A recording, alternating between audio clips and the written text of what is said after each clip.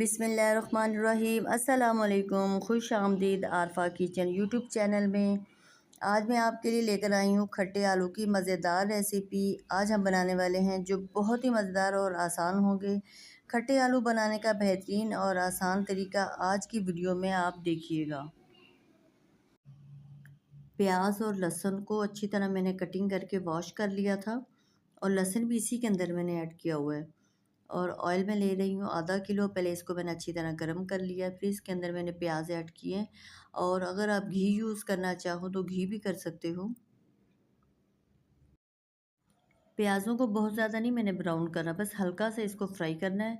लहसुन और प्याज दोनों फ्राई हो गए तो अब मैं इसको अच्छी तरह निकालने लगी हूँ छन्नी से। ऑयल अच्छा सा निकल गया है और इसको ठंडा कर देती हूँ। जब तक ये ठंडा होता है तो हम इतने में आलू फ्राई कर लेते हैं। आलू को मैंने अच्छी तरह फ्राई करना है और जब हल्के हल्के से जब थोड़े से पक जाए गल जाएँ तब इसमें मैंने मिर्ची ऐड की है। 2 टेबल स्पून के करीब मैंने सुरख मिर्ची ऐड की है, हाफ़ टी स्पून हल्दी ली है। नमक मैंने थोड़ा सा कम ही लिया है क्योंकि हमने जब खट्टे आलू बनाए तो उसमें इमली यूज़ होगी।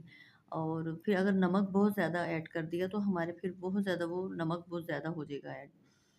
तो इमली भी मैंने ऐड कर दी। इमली डालकर 2-3 मिनट उसको चूल्हे पे रखती हूँ ताकि थोड़े से वो इमली भी हमारी खुश्क हो जाएगी उसका पानी, और आलू भी हमारे थोड़े से और गल जाएंगे।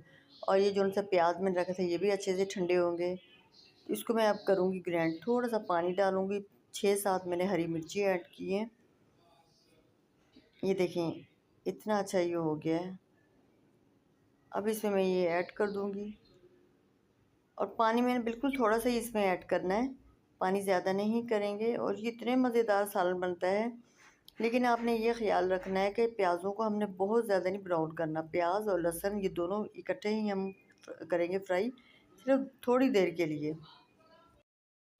मसाला हमारा अच्छा सा फ्राई हो गया, देखें ऑयल भी ऊपर आ गया है। तो अब मैं ऐड कर रही हूँ 2 टेबल स्पून के करीब में कौरमा मसाला। और भी हमारा सालन स्पाइसी हो जाएगा, इतना मज़ेदार लगेगा।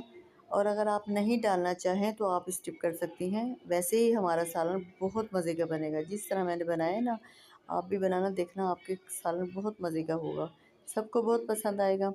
इसको 2-3 मिनट तक इसको फ्राई करें ताकि जो सा मसाला है वो इसमें पक जाए ऑयल में। और फिर हम 3 मिनट के बाद मिलते हैं।